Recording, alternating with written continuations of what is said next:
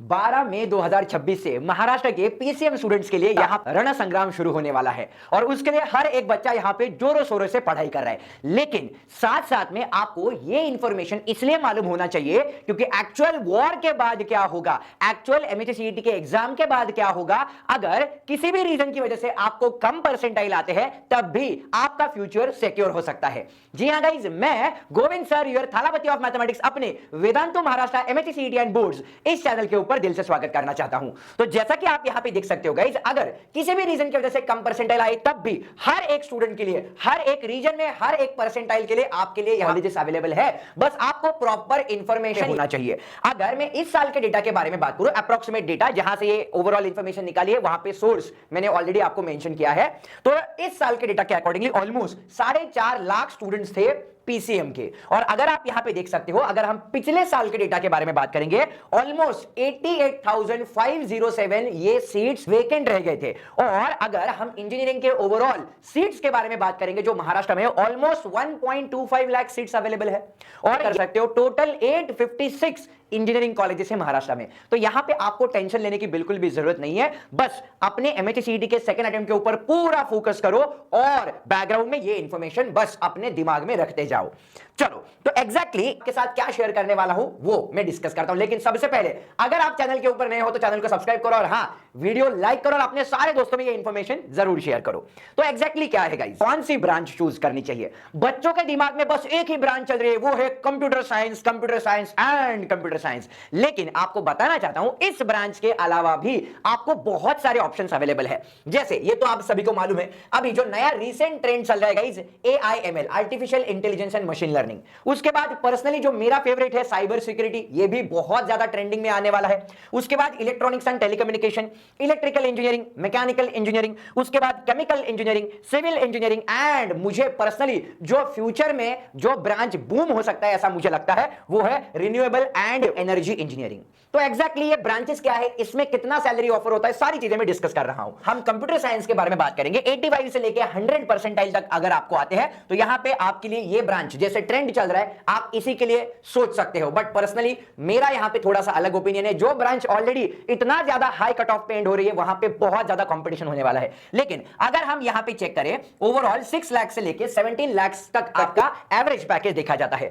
अगर artificial intelligence and data science के बारे में बात करेंगे तो 85 से लेके 96 परसेंटाइल आपको आते हैं, then you can think of this particular branch, जिसमें 6 लाख से लेके 14 लाख तक आपको पैकेज मिल सकता है। उसके बाद आता है साइबर सिक्योरिटी। 87 से लेके 97 परसेंटाइल अगर आपको एमएचसीईटी में आते हैं तो आप इस ब्रांच के बारे में जरूर सोच सकते हो, क्योंकि यहां पे बहुत ज्यादा शॉर्टेजेस है गाइस साइबर सिक्योरिटी इंजीनियर्स का। जो लेके 16 एलपीए तक का पैकेज देखा जा सकता है। इलेक्ट्रॉनिक्स एंड टेलीकम्युनिकेशन 78 से लेके 99 परसेंटाइल आते हैं। इस ब्रांच के बारे में जरूर सोचना। और conductors is going to be the next booming branch, तो आपको इसको जरूर ध्यान में रखना है।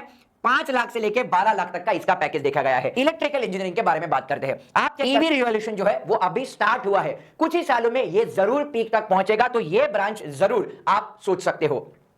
ओवरऑल पैकेज के बारे में अगर हम बात करेंगे, 4 लाख से लेकर 10 लाख तक का इसका पैकेज आपको देखा जा सकता है। उसके बाद मैकेनिकल इंजीनियरिंग, जहां पे आप देख सकते हो 60 से लेकर 95 परसेंटाइल आपको आते हैं। मैकेनिकल इंजीनियरिंग के बारे में सोच सकते हो। मैकेनिकल इंजीनियरिंग में ही आपको बहुत सारे ऑप्शंस मिलते हैं, जैसे रोबोटिक्स, मैन्युफैक्चरिंग। उसके बाद आप ऑटो सेक्टर में अपना करियर कर सकते हो, डिफेंस सेक्टर में जा सकते हो। गेट एग्जामिनेशन क्रैक करके आप पीएसयूज जैसे भारत पेट्रोलियम, हिंदुस्तान पेट्रोलियम में भी एंट्री ले सकते हो। अगर पैकेज के बारे में बात करेंगे, 4 लाख से लेकर 9 लाख तक का इसका एवरेज पैकेज देखा गया है। उसके बाद है केमिकल इंजीनियरिंग। 90 से लेकर 99.7 परसेंटाइल अगर आपको आते हैं, इस ब्रांच के बारे में भी जरूर सोचना। तो केमिकल इंजीनियरिंग का ओवरऑल जो डिमांड होता है वो फार्मा सेक्टर में होता है, एफएमसीजी सेक्टर में होता है। और यहां पे चेक कर सकते हो एवरेज पैकेज 6 लाख से 12 लाख तक का देखा जाता है। सिविल इंजीनियरिंग, जब तक इंसान जिंदा है उसको घरों की जरूरत है, उसको बड़े बड़े मॉल्स में शॉपिंग जाने की जरूरत है, बड़े बड़े फार्म हाउस कंस्ट्रक्ट करने की जरूरत है और सुकून से शांति से घर में सोने की भी जरूरत है।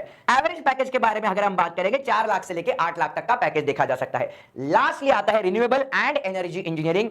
Believe me, this is going to be the future of India for sure. अगर आप देखोगे 5 लाख से लेकर 10 लाख तक का एवरेज पैकेज यहां पे देखा जा सकता है। अगर आप मुझे पर्सनली पूछोगे सर कॉलेज इंपॉर्टेंट है या ब्रांच, तो मेरा क्लियर कट ओपिनियन है, आपको ब्रांच अच्छी मिलनी चाहिए। अगर आपको ब्रांच अच्छी मिली तो कंपटीशन में सर्वाइव होने के चांसेस आपके बढ़ जाते हैं। मैं आपसे रिक्वेस्ट करना चाहूंगा, आप भी अपने लेवल पे रिसर्च करो। बात करते हैं कुछ गवर्नमेंट कॉलेजेस के बारे में, जहां पे आपको कम फीस दिखेगा और रिटर्न ऑन इन्वेस्टमेंट ROI ज्यादा दिख सकता है।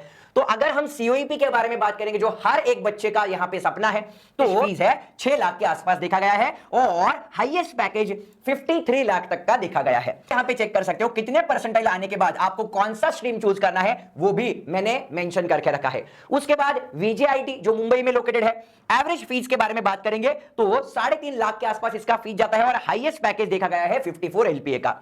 उसके बाद ICT मुंबई के बारे में अगर हम बात करेंगे, जो केमिकल इंजीनियरिंग के लिए बहुत ज्यादा फेमस है, तो उसका 4 लाख फीस आप देखोगे तो 1.5 लाख से लेकर 3.5 लाख तक का इसका फीस देखा गया है और एवरेज पैकेज 60 LPA तक चला गया है। ये डेटा जहां से लिया है उसका लिंक मैंने यहां पे मेंशन कर दिया है। पालचंद कॉलेज सांगली का 1.43 लाख फीस है और हाईएस्ट पैकेज के बारे में बात करेंगे 22 LPA तक इसका हाईएस्ट पैकेज देखा गया है 2025 के डेटा के अकॉर्डिंगली। मैं आपको ये बताना चाहता हूं। इसके बाद आप चेक कर सकते हो SGGS कॉलेज जो नांदेड़ में लोकेटेड है। 4 साल के फीस के बारे में बात करेंगे तो 1.5 से लेके 2 लाख तक का इसका फीस देखा गया है। हाईएस्ट पैकेज 15 LPA तक चला गया है। उस बाद आते हैं गवर्नमेंट कॉलेजेस जो टियर 2 में है, जैसे कि यवतमाल, अमरावती एंड कराड़ रीजन में, तो इनका एवरेज फीस जो है 1.5 लाख तक का देखा गया है और 12 LPA तक चला जाता है। मैं वापस से बोलना चाहता हूं, कितने परसेंटाइल आने के बाद ये कॉलेज में कौन सा स्ट्रीम आपके लिए बेस्ट हो सकता है, ये मैंने आपके लिए यहां पे ऑलरेडी मेंशन करके रखा है, तो you can think of this for sure. उसके बाद आते हैं प्राइवेट कॉलेजेस के बारे में जो पुणे एंड मुंबई में लोकेटेड है। तो यहां पे चेक कर सकते हो PICT पुणे, हर एक बच्चे का कंप्यूटर इंजीनियरिंग जिसको करना चाहता है उसके लिए अब ड्रीम कॉलेज बन चुका है। एवरेज फीस के बारे में बात करेंगे तो 4 लाख फीस देखा गया है और हाईएस्ट पैकेज 33.57 LPA तक देखा गया है। उसके बाद आता है SPIT मुंबई, 4 साल का फीस, उसका हाईएस्ट पैकेज कितना है, कितने परसेंटाइल आने के बाद इस कॉलेज में आप कौन सी स्ट्रीम चूज कर सकते हो, वो भी मेंशन किया है। उसके बाद आता है DJSCE जो मुंबई में लोकेटेड है, 4 साल का फीस कितना है, हाईएस्ट पैकेज कितना है।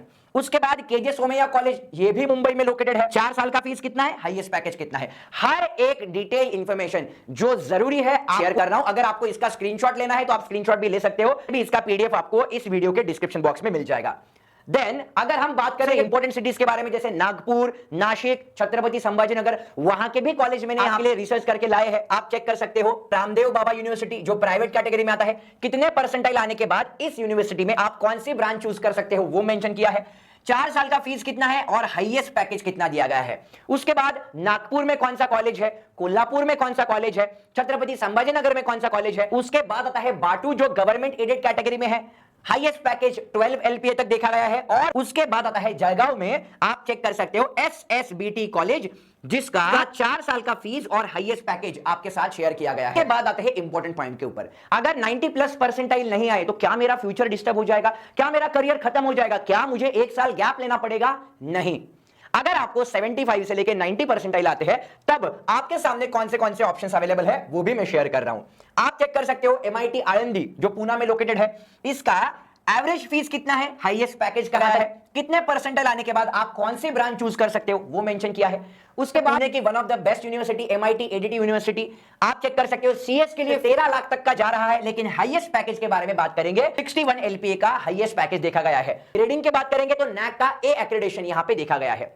उसके बाद आता है SPC Sardar Patel college of engineering, इसका भी NAC ग्रेडिंग A है, 4 साल का फीस 3 से 4 लाख के आसपास जा रहा है, हाईएस्ट पैकेज 22 लाख तक का देखा गया है। PVPIT पुणे भारतीय विद्यापीठ के अंडर आता है, यह भी एक अच्छा कॉलेज पूना में है। 4 साल के फीस के बारे में बात करेंगे, 5 से 6 लाख का फीस है और हाईएस्ट पैकेज 18 लाख तक का देखा गया है। उसके बाद आता है गवर्नमेंट में एंड टियर 2 कॉलेजेस में, जैसे मैंने बोला यवतमाल, कराड़, बीड जैसे डिस्ट्रिक्ट में 1.5 लाख तक देखा गया है और हाईएस्ट पैकेज 12 LPA तक जाता है। बात करते हैं कुछ इंपॉर्टेंट पैरामीटर्स के ऊपर। अगर आपको सेम मार्क्स आए हैं तो आपको सेम परसेंटाइल मिलेंगे, ये सोच गलत है। अगर 2 दोस्तों को सेम मार्क्स आए हैं तो सेम परसेंटाइल नहीं हो सकते, क्योंकि हर एक स्टूडेंट का शिफ्ट अलग होने के कारण नॉर्मलाइजेशन प्रोसेस यहां पे अप्लाई होता है। तो एक रफ डेटा 2026 में क्या आ सकता है मैं आपके साथ शेयर करना चाहूंगा। ओपन कैटेगरी में अगर आप COEP के बारे में बात करेंगे तो 99.67 से लेकर 99.80 परसेंटाइल आपको आनी चाहिए। वीजेआईटी के लिए कितना, पीआईसीटी के लिए कितना एंड मिड प्राइवेट कॉलेजेस में आपको कितने परसेंटाइल आने चाहिए, वो यहां पे एक रफ डेटा आपके साथ शेयर किया गया है। अगर आप ओबीसी या ईडब्ल्यूएस के मार्फत से एडमिशन लेना चाहते हो तो आपके परसेंटाइल कितने आने चाहिए, एससी एसटी कैटेगरी में हो तो आपके परसेंटाइल कितने आने चाहिए, एंड अगर आप वीजेएनटी कैटेगरी से आते हो तो आपको कितने परसेंटाइल आने चाहिए, वो यहां पे एक रफ डेटा मेंशन किया गया है। लेकिन जो सबसे ज्यादा आपको मालूम होना चाहिए टीएफडब्ल्यूएस के बारे में, इस स्कीम के अकॉर्डिंगली आपको उस कॉलेज में जीरो ट्यूशन फी देना पड़ेगा। I am talking about tuition fee, zero tuition fee. तो ये जीरो ट्यूशन फी क्या होता है सर, इसके लिए कौन एलिजिबल होता है? अगर आप महाराष्ट्र स्टेट के कैंडिडेट हो एंड आपका फैमिली का इनकम अगर 8 लाख से कम के कैटेगरी में आता है तो आप इसके लिए एलिजिबल हो जाते हो। कितने सीट्स रहते हैं? आप 5% एक्स्ट्रा सीट्स आपको मिलते हैं, मतलब जो रेगुलर सीट है उसके अलावा आपको यहां पे एक्स्ट्रा सीट मिल जाएगा। अगर मैं एमआईटी एडीटी के बारे में बात करूं तो सीएस स्ट्रीम के लिए आपको 3 एक्स्ट्रा सीट्स इसके लिए ऑलरेडी प्रोवाइड किए गए हैं। अगर हम कट ऑफ के बारे में बात करेंगे तो थोड़ा सा ट्विस्ट यहां पे है, सेम एज ओपन। अगर आप इसमें से कौन सी भी कैटेगरी से बिलोंग करते हो, लेकिन अगर आपको टीएफडब्ल्यूएस के लिए अप्लाई करना है तो आपका कट ऑफ ओपन कैटेगरी में ही कंसीडर किया जाएगा। आपको परसेंटाइल का रिलैक्सेशन नहीं मिलेगा, फीस में बेनिफिट मिलेगा, लेकिन आपको कट ऑफ में कोई बेनिफिट नहीं मिलने वाला। तो सेविंग्स कितनी हो सकती है? अगर मैं एमआईटी एडीटी के सीएससी के बारे में बात करूं, 13 लाख का जो फीस है वहां पे आपको जीरो ट्यूशन फीस पे करना पड़ेगा, मतलब ऑलमोस्ट 5 से लेके 12 लाख तक का आप 4 साल में सेव कर सकते हो। इसके लिए कैसे अप्लाई किया जा सकता है? जब भी आप ऑप्शन फॉर्म फिल करोगे उस टाइम पे आपको टीएफडब्ल्यूएस के प्रेफरेंस के ऊपर खुद से टिक करना पड़ता है। वहां ऑटो करेक्ट नहीं होता, आपको खुद से टिक करना होता है। जैसे ही आप उसको टिक करोगे आप एलिजिबल हो जाओगे, प्रोवाइडेड आपको ये सारे रूल्स फॉलो करने पड़ेंगे। एग्जैक्टली हमें क्या करना चाहिए? इतने मार्क्स आने के बाद जितने परसेंटाइल आपको आ सकते हैं, आपका क्या रैंक आ सकता है, ये एक एस्टिमेटेड डेटा आपके सामने लिखा है। मैं वापस से बोल रहा हूं, सेम मार्क्स आने के बाद आपको सेम परसेंटाइल आएंगे ये जरूरी नहीं है, because of the normalisation process. एक शिफ्ट के डिफिकल्टी लेवल के अकॉर्डिंगली आपको परसेंटाइल मिलने वाला है। तो कितने परसेंटाइल आने के बाद कौन सा कॉलेज आप चूज कर सकते हो, कौन सी ब्रांच चूज कर सकते हो, ये भी पूरा डिटेल आपके सामने मेंशन किया गया है। If you want to take a screenshot, आप स्क्रीनशॉट ले सकते हो, और जैसे मैंने बोला पीडीएफ आपको वीडियो के डिस्क्रिप्शन बॉक्स में मिलने ही वाला है। सबसे ज्यादा इंपॉर्टेंट इंफॉर्मेशन पेरेंट्स के लिए मैंने यहां पे 3 कैटेगरी में कॉलेजेस को डिस्ट्रीब्यूट करने का कोशिश किया है, government colleges, aided colleges and private colleges में। तो गवर्नमेंट कॉलेज में अगर हम बात करेंगे, वापस से जो मैंने आपके साथ डिस्कस किया सारी चीजें एक ग्लांस में आपके सामने आ जाएंगी। जैसे सीयूईपी में 4 साल का फीस कितना है, हाईएस्ट पैकेज कितना है, वीजेआईटी में 4 साल का फीस कितना है, हाईएस्ट पैकेज कितना है। अगर हम एडेड कॉलेज के बारे में बात करेंगे तो वीआईटी पुणे में 4 साल का फीस कितना है और हाईएस्ट पैकेज कितना गया है, क्या यहां पे टीएफडब्ल्यूएस एप्लीकेबल है, तो वो भी यहां पे मेंशन किया गया है। आप चेक कर सकते हो पीआईसीटी पुणे, अगर प्राइवेट कैटेगरी में हम जाते हैं तो यहां पे थोड़ा फीस हाई रहता है, लेकिन प्लेसमेंट आपको अच्छा मिलता है। पीआईसीटी का 4 साल का फीस कितना है, हाईएस्ट पैकेज कितना दिया गया है, और क्या ये टीएफडब्ल्यूएस के लिए एलिजिबल है या नहीं, सारी चीजें आपके सामने रिसर्च के लाई है। कहां से इंफॉर्मेशन ली है वो सोर्स भी मैंने आपके सामने यहां पे मेंशन करने का कोशिश किया है। तो पेरेंट्स के लिए ये सबसे ज्यादा इंपॉर्टेंट है कि फीस कितना मिलेगी और कितना पैकेज बच्चा एक्सपेक्ट कर सकता है। वेरी इंपॉर्टेंटली, अगर लड़कियों को प्रॉपर गर्ल्स कॉलेज में ही जाना है तो कमिंस कॉलेज भी अवेलेबल है जो पूना में लोकेटेड है। 4 साल का फीस यहां पे 3 से 4 लाख के आसपास जाता है और हाईएस्ट पैकेज 25 लाख तक देखा गया, और यहां पे भी टीएफडब्ल्यूएस आप एलिजिबल हो सकते हो। तो सबसे ज्यादा इंपॉर्टेंट स्लाइड ये था। अभी हमें क्या करना है? अभी हमें बस अपने एमएससी सीईटी के सेकंड अटेम्प्ट के ऊपर फोकस करना है एज अ स्टूडेंट। लेकिन मैं सारे पेरेंट्स से रिक्वेस्ट करना चाहूंगा, ये डॉक्यूमेंट हमें बैकग्राउंड में तैयार रखने हैं, क्योंकि जैसे ही आपका रिजल्ट आपके सामने आ जाएगा, आप अलग अलग वेबसाइट्स के ऊपर अपना रिजल्ट, आपका परसेंटाइल इस साल के अकॉर्डिंगली कितना आया वो चेक कर सकते हो। जून के फर्स्ट वीक तक आपका रिजल्ट लग जाएगा टेंटेटिवली। उसके बाद जून जुलाई में का प्रोसेस शुरू हो जाएगा। जुलाई में आपको ऑप्शन फॉर्म भरने पड़ेंगे। बिलीव मी, ऑप्शन फॉर्म भरते वक्त ये ध्यान में रखना है कि आप उस ऑप्शन फॉर्म में 30+ कॉलेजेस का इंफॉर्मेशन भरो। मैक्सिमम चॉइसेस आपको भरनी है। जो मैंने आपके साथ शेयर किया, आपको आपके इंटरेस्ट के अकॉर्डिंगली हर एक ब्रांच को एक्सप्लोर करना है और हर एक ब्रांच के लिए भी अप्लाई करना है जिसमें आपको इंटरेस्ट है।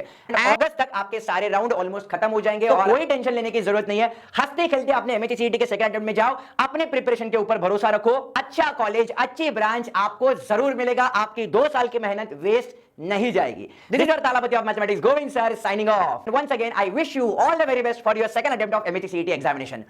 मचा के आना।